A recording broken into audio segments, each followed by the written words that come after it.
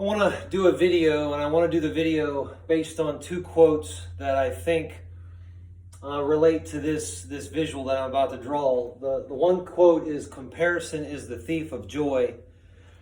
And then I want to talk about life's competitive, but it's not a competition. I want to talk about how those two things tie together.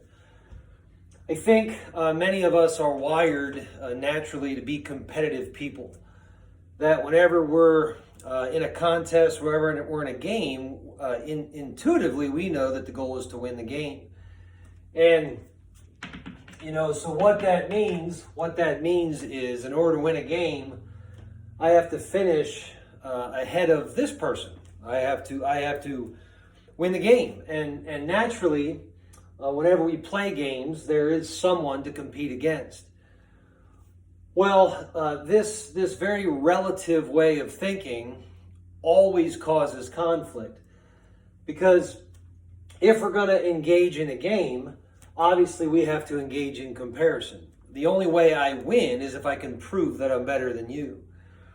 So this constant idea of competing against someone else always puts us in conflict. And what I believe happens is, I believe many of us do in fact live our lives in this direct comparison with others, because we're constantly evaluating ourselves with others.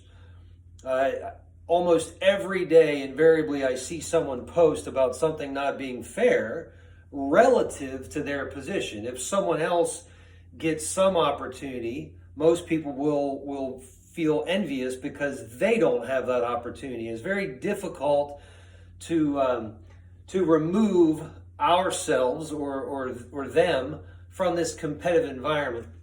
So because we constantly are competitive creatures, we constantly engage in this comparison game. And the way I see it, I see, this is a power law.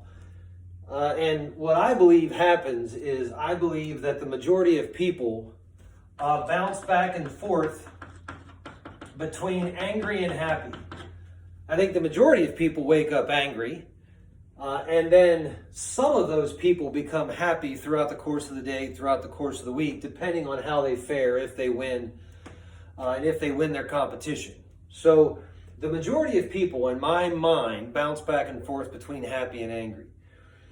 And that means 50% of the time, things are going to be good, so long as those 50% of the time you can beat your competition. But then it makes me stop and think about this quote: life's competitive, but it's not a competition. All right, so what does that mean? Well, I believe what that means is that in order to be our best, we can't find ourselves simply wanting to beat the other guy, right? That eventually rings hollow, because eventually the other guy does in fact beat us. And when he beats us, that means we're left with just this angry state. So what I believe is true is, I believe when athletes, when people in general, when people shift their focus from a relative mindset, one of comparison and one of competition against the other guy, then it allows for some pretty exciting things. Now, not many people ever get down here, but the first thing I think it allows for is tolerance. And tolerance simply says, all right, I'm not going to get angry at that person because they beat me. I'm not going to fall back into that old habit of getting angry and envious and jealous of their success. I'm gonna tolerate it. I'm still going to be upset, of course, but I'm going to tolerate it so maybe I can learn from it.